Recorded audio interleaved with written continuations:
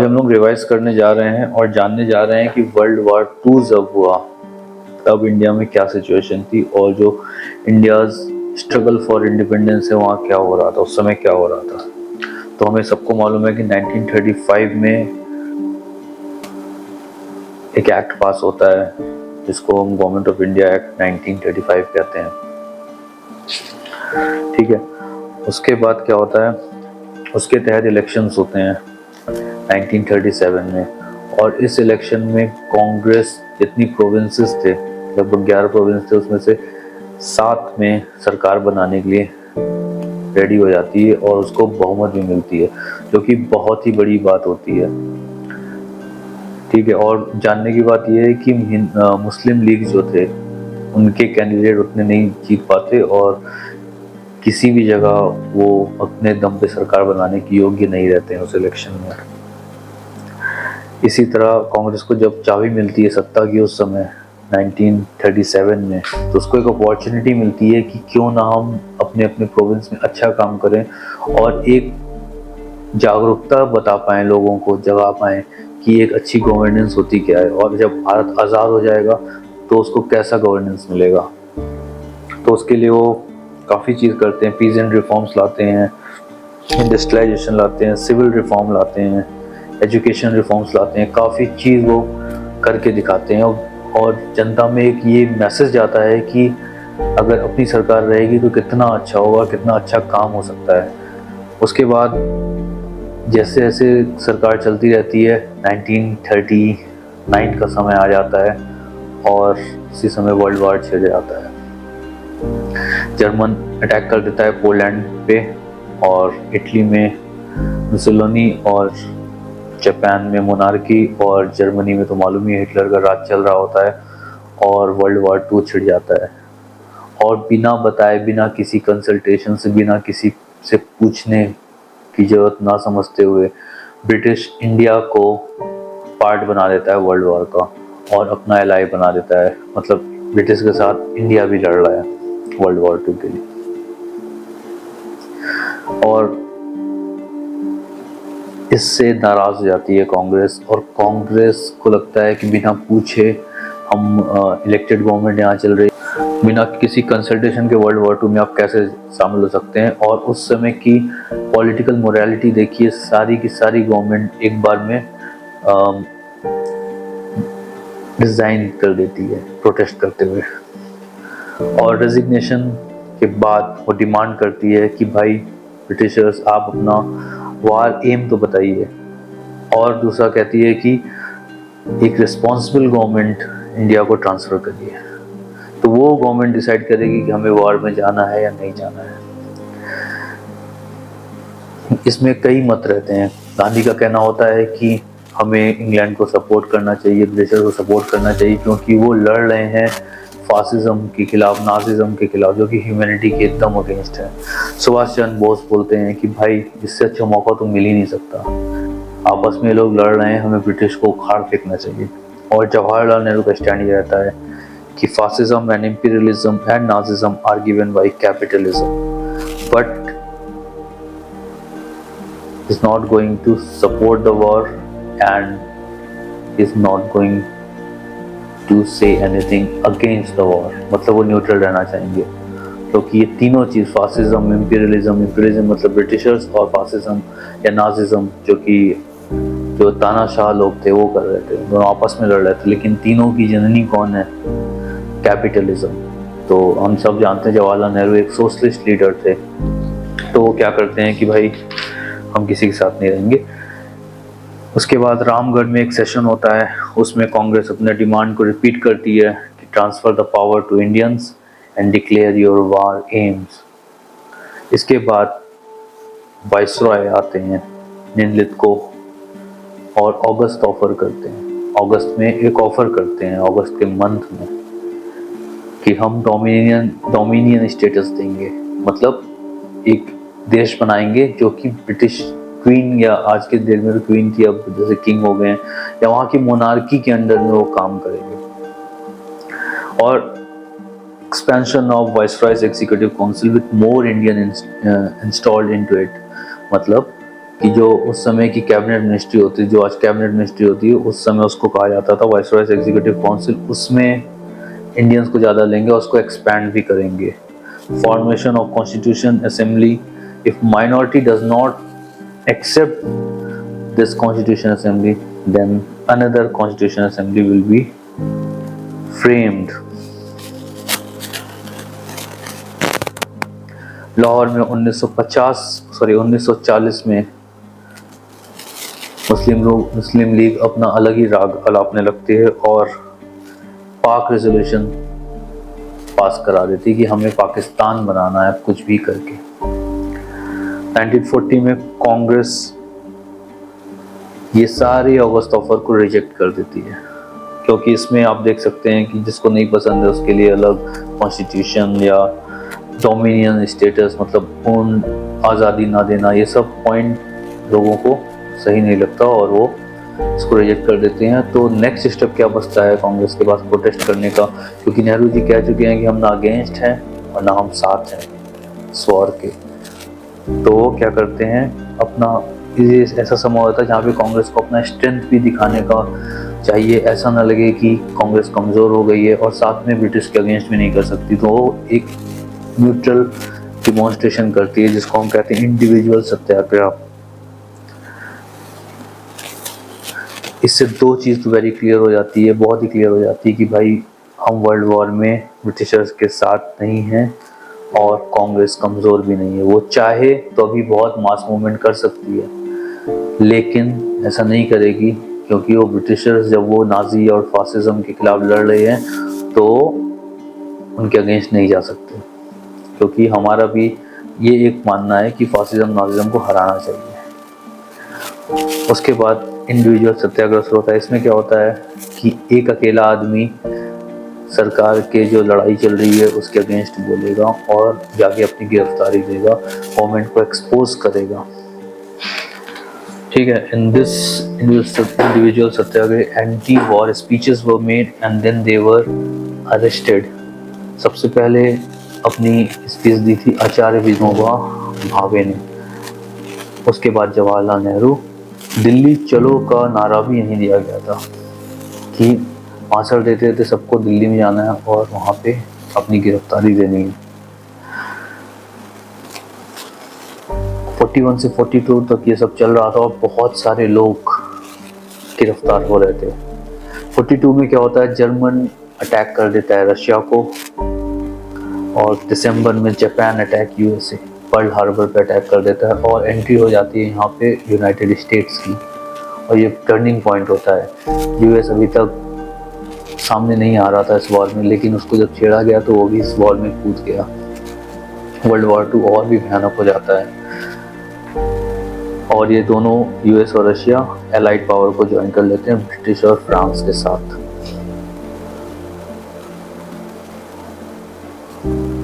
अब यूएस और USSR pressurise करते हैं ब्रिटेन को कि भाई इंडियंस का सपोर्ट लो तभी हम ये वॉर जीत सकते हैं, क्योंकि भले ही तुम फोर्सफुली उनको युद्ध में ले आए हो, लेकिन जो कांग्रेस है, जो दिल की धड़कन है उस समय की, जो मूवमेंट को लीड कर रही है, वो अगर अगेंस्ट बोलेगी तो जो हमारे सैनिक हैं वो इस वॉर में पूर्णतः अपना योगदान नहीं दे सकेंगे, उनका मॉरल काफ़ी डाउन रहेगा। तो फोर्सफुली स्टैफोर्ड क्रिप्स को भेजा जाता है, जिसको हम क्रिप्स मिशन भी कहते हैं। और 1940 में वो इंडिया आते हैं और फिर ऑफर करते हैं, कंसल्टेशन करते हैं यहाँ के लीडर के साथ कि भाई देखो मैं तुम्हें एक डोमिनियन स्टेटस देने के लिए रेडी हूँ, कॉन्स्टिट्यूशन बाई इंडियंस, जो कॉन्स्टिट्यूशन असेंबली बनेगी उसमें इंडियंस रहेंगे।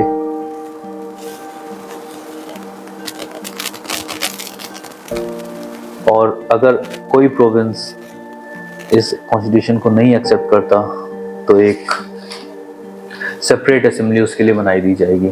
अब सेपरेट असेंबली बनने का मतलब है कि दूसरा संविधान, एक देश में 2 संविधान कैसे हो सकते हैं, यानी देश के बंटवारों की बीच यहाँ भी रखी जा रही थी और कुछ हद तक पुरानी बातें ही रिपीट की गई थी इसमें, तो उसको ऑब्वियस सी बात है कांग्रेस रिजेक्ट कर देती है।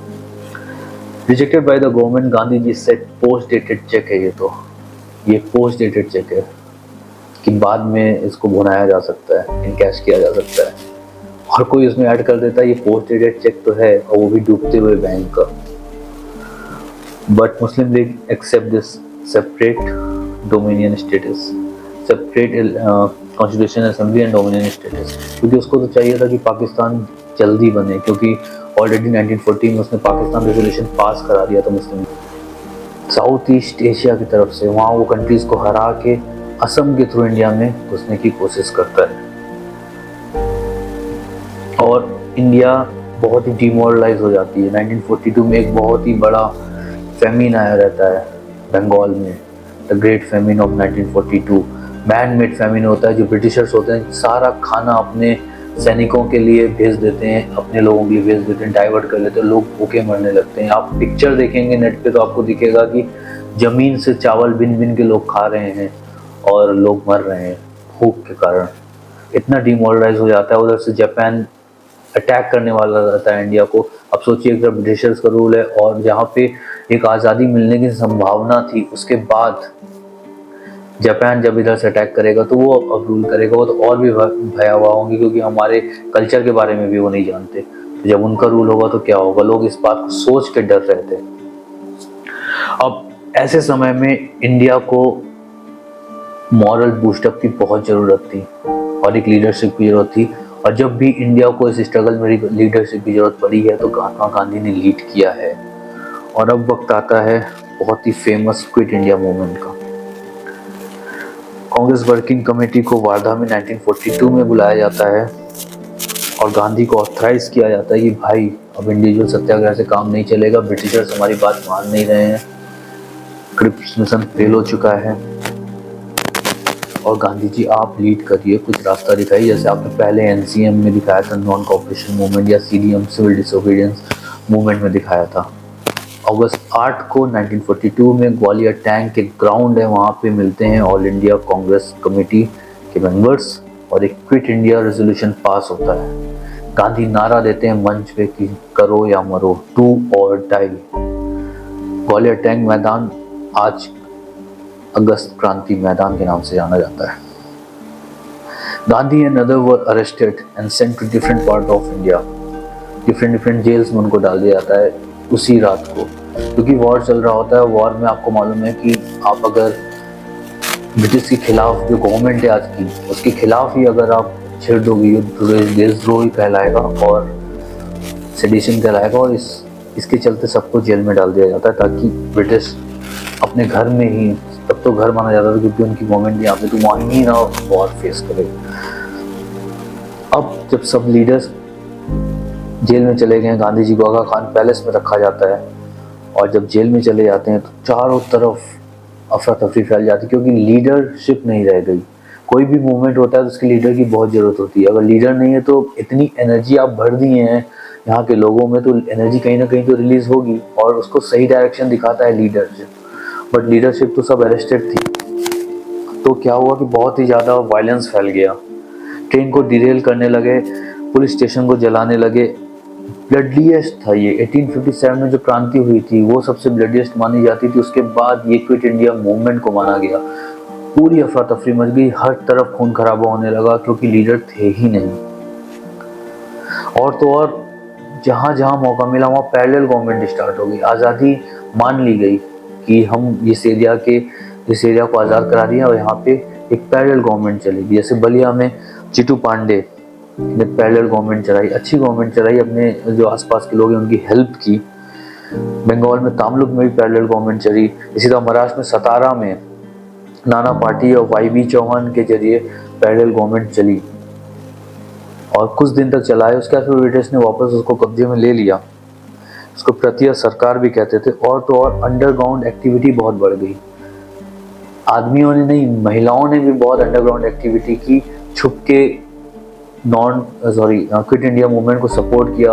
ट्रेन के ड्राइवर्स को वो चिट्ठी दिया करते थे, कुछ मटेरियल्स दिया करते थे कि आप जाके दूसरे को दे दीजिए, क्योंकि पुलिस का पूरा पहरा रहता था। अंडरग्राउंड रेडियो चलते थे जो छुप के मैसेज दे देते थे, रेडियो के द्वारा संदेश दे देते थे अपने जो क्विट इंडिया मूवमेंट के वॉलंटियर्स थे, क्योंकि गवर्नमेंट का तो पूरा बहुत ही ज़्यादा पहरा लगा हुआ था। इसमें अरुणा आसफ अली, सुचेता कृपलानी, उषा मेहता, इन लोगों ने बहुत सारी अंडरग्राउंड एक्टिविटी की। और सोशलिस्ट लीडर जैसे राम मनोहर लोहिया, जयप्रकाश नारायण, जो अभी आज़ादी के बाद भी काफ़ी सक्रिय रहे इंडियन राजनीति में, उन्होंने बहुत ही ज़्यादा सपोर्ट किया क्विट इंडिया मूवमेंट को। उधर आप जानते हैं कि 1938 में, वापस चलते हैं कुछ साल पहले, 1938 में हरिपुरा में सुभाष चंद्र बोस अध्यक्ष बन रहे हैं कांग्रेस के, लेकिन कुछ फैक्शन को वो पसंद नहीं रहता और 1939 में वो फिर से इलेक्शन लड़ते हैं त्रिपुरी में कांग्रेस की अध्यक्षता के लिए, प्रेसिडेंटशिप के लिए। लेकिन गांधी जी पट्टाभी सीतारमन को सामने खड़ा कर देते हैं और सुभाष चंद्र बोस जीत जाते हैं इलेक्शन। गांधी जी इसको पर्सनल लेते हैं और वो कहते हैं कि वो अगेंस्ट हो जाते हैं सुभाष चंद्र बोस के, और सुभाष चंद्र बोस फॉरवर्ड ब्लॉक बनाते हैं और कांग्रेस प्रेसिडेंटशिप से इस्तीफा दे देते हैं।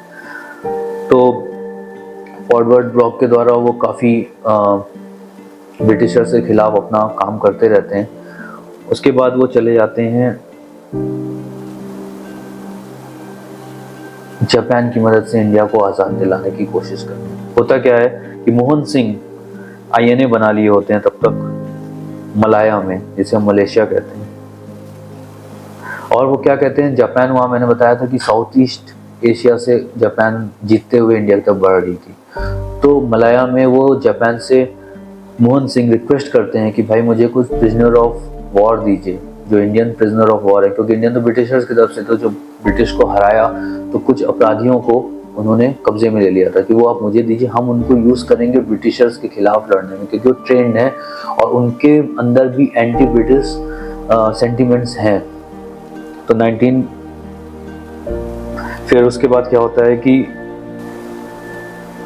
1943 में रास बिहारी बोस और Subhash Chandra Bose Indian national army को ले लेते हैं अपने हाथ में, और रंगून और सिंगापुर में, रंगून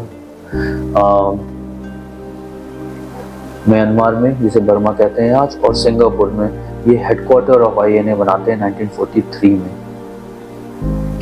रानी झांसी रेजिमेंट होता है जो महिलाओं का एक दस्ता होता है इनका, और इसको हेड करते हैं कैप्टन लक्ष्मी सहगल। और कैप्टन लक्ष्मी सहगल की एक बहुत अच्छी बात है जो मैं आपको इंटरेस्टिंग चीज़ शेयर करना चाहता हूँ कि 2002 में शायद जब एपीजे अब्दुल कलाम प्रेसिडेंटशिप के लिए खड़े थे तो उनके खिलाफ कैप्टन लक्ष्मी सहगल खड़ी थी चुनाव में। ऑब्वियसली वो हार गई थी, लेकिन शायद कम्युनिस्ट गवर्नमेंट के द्वारा, sorry not communist government, communist party के द्वारा उनको खड़ा किया गया था। और इसके बाद जापान की मदद से और इंडियन प्रिजनर ऑफ वॉर की मदद से आईएनए इम्फाल के थ्रू इंडिया में घुसने की कोशिश करती है, और led by Shahnawaz Khan. But इतना लकी नहीं होता ये दिन, और अनफॉर्चुनेटली आईएनए डिस्ट्रॉय हो जाती है और हार जाती है ब्रिटिशर से। वहाँ बहुत लंबा युद्ध चलता है इम्फाल और कोहिमा में, और फाइनली हार जाती है आईएनए। उसके बाद हम सब जानते हैं सुभाष चंद्र बोस की डेथ हो जाती है प्लेन क्रैश में। और आज भी एक इंटरेस्टिंग फैक्ट ये है कि रंकोजी टेम्पल में जापान में उनकी ऐश रखी हुई है। आईएनए ट्रायल्स, इसके बाद आईएनए ट्रायल्स होता है 1945 में। इस ट्रायल्स में जो प्रिजनर ऑफ वॉर्स जो कि जापान की तरफ से आए थे आईएनए में, जो भर्ती हुए थे, उनका ट्रायल होता है, कोर्ट मार्शल होता है, और उनको रेड फोर्ट में ये ट्रायल्स होता है। पूरे पेपर में इसके बारे में छपता है। इसको कांग्रेस का पूरा सपोर्ट मिलता है, कांग्रेस को सपोर्ट मिलता है, जो सैनिक लोग रहते हैं जो लड़े रहते हैं उनको बचाने के लिए। इसमें मुख्यतः प्रेम सहगल, शाहनवाज खान और गुरुबख्श सिंह ढिल्लों, तो एक हिंदू, एक मुस्लिम और एक सिख, तीन लोग का मेन बहुत ही फोकस रहता है इस ट्रायल पे, और तीनों रिलीजन को रिप्रेजेंट करते हैं। तो एक यूनिटी टाइप की पूरे इंडिया में आ जाती है, एक सेंटिमेंट, कम्युनल सेंटिमेंट एक पॉजिटिव वे में जुड़ जाता है आपस में कि भाई तीनों लोग हैं, हिंदू भी है, मुस्लिम भी है, तो हम सबको मिल के अब ब्रिटिशर्स के अगेंस्ट लड़ना चाहिए। और इसके साथ ही जब ये हो रहा होता है तो साथ ही साथ बंगाल में स्ट्राइक शुरू हो जाते हैं, फॉरवर्ड ब्लॉक और कई लोग मिल के इस आईएनए जो सोल्जर्स रहते हैं उनकी मदद करने के लिए, उनकी हेल्प करने के लिए सड़क पे आ जाते हैं, स्ट्राइक्स करते हैं। और तो और एक INS तलवार बैटलशिप हुआ करती है। वहाँ पे रेसिज्म बहुत था, खाने में उनको जो वहाँ के रेटिंग्स थे, जो वहाँ के ऑफिसर्स थे जिनको उस समय रेटिंग्स कहा जाता था, उनको खाना नहीं मिलता था सही, और उन्होंने लिख दिया क्विट, QUIT, उस शिप के ऊपर, INS तलवार के ऊपर। और सब ने वहाँ पे क्या कर दिया, स्ट्राइक कर दी। तो इतना घटनाक्रम हो रहा था, पूरी, हमने बताया था क्विट इंडिया मूवमेंट में पूरे लोग एनर्जी में थे, और INA ट्रायल ने और एनर्जी भर दी लोगों में। ब्रिटिश अब समझ चुकी थी कि हर जगह दंगे हो रहे हैं, हर जगह मार काट हो रही है, और उनका अब रहना बहुत ही मुश्किल है। और दूसरी चीज, उसी समय ब्रिटिशर्स थक भी गए थे वर्ल्ड वॉर 2 से, उन्होंने बहुत ज़्यादा खर्च कर रखा था इस वॉर में। तो माहौल अब बनने लगा था आज़ादी के ऊपर, हम लोग पहुँचने ही वाले थे। और इसमें एक बहुत बड़ा कारण सुभाष चंद्र बोस का मानेंगे कि उन्होंने जो आर्मी की एक तरह से जो प्रिजनर ऑफ वॉर थे, जो ब्रिटिश सोल्जर्स थे, पहले इंडियन थे बट ब्रिटिश सोल्जर्स थे, उन्होंने जब अगेंस्ट ब्रिटिश लड़ाई की तो तब समझ गए थे ये ब्रिटिशर्स की अब तो म्यूटिनी हो सकती है, और अब हम लोग संभाल नहीं सकते, क्योंकि जो नेशनलिज्म है ये पहुंच चुकी है आर्मी में भी। एक तरफ ये जो रेटिंग्स थे, जिसको जो नेवी में थे, वो भी स्ट्राइक कर रहे हैं, सड़क पे ये सब चल रहा है, दंगा चल रहा है। तो इसलिए उनका माइंड तो अब मेकअप हो गया था, भाई अब कभी ना कभी तो यहाँ से भागना ही पड़ेगा। ये सब हो रहा था। सरदार वल्लभ भाई पटेल जिन्ना रिक्वेस्टेड टू सरेंडर, ठीक है, तो ये जो रेटिंग्स हैं वो सरेंडर की, उनकी बात माने। और finally INA prisoner of Wars released first batch, but तो जो बैच था, जो कोर्ट मार्शल किया गया था रेड फोर्ट में, उन सबको रिलीज कर दिया गया। बहुत ही अच्छा इंडियन की तरफ से उनकी पैरवी की गई, लेकिन जो लोग किलिंग में शामिल थे उनको पनिशमेंट मिलेगी, ऐसा उसमें कहा गया। ब्रिटिश में भी बहुत चेंजेस आ रहे थे, अब लेबर पार्टी का रूल आ गया था। विंस्टन चर्चिल जो कि गांधी को भी गाली देते थे, वो अब जा चुके थे और लेबर पार्टी का रूल आ गया था। लेबर पार्टी एक सोशलिस्ट पार्टी थी, आप जानते हैं, एक सोशलिस्ट विचारधारा काफ़ी फैल रही थी उस समय। सोशलिस्ट विचारधारा इंटरनेशनलिज्म पे बिलीव करती थी, और गरीबों की हक की बात करती थी, और कैपिटलिज्म के अगेंस्ट थी। तो ये सारी चीज़ें, एक यहाँ पे विद्रोह और वहाँ पे गवर्नमेंट चेंज हो चुकी है, तो सारी चीज़ फेवरेबल हो रही थी कि इंडिया को अब जल्द ही आज़ादी मिल जाती है। तो नेक्स्ट एपिसोड में अब देखेंगे इंडिया को आज़ादी कैसे मिली। अगर आपको सच में वीडियो अच्छा लगा हो तो आप शेयर करिएगा और सब्सक्राइब करिएगा इस चैनल को। करेक्ट ऑप्शन, आपकी प्रिपरेशन में काफ़ी हेल्प मिलेगी। जय माता।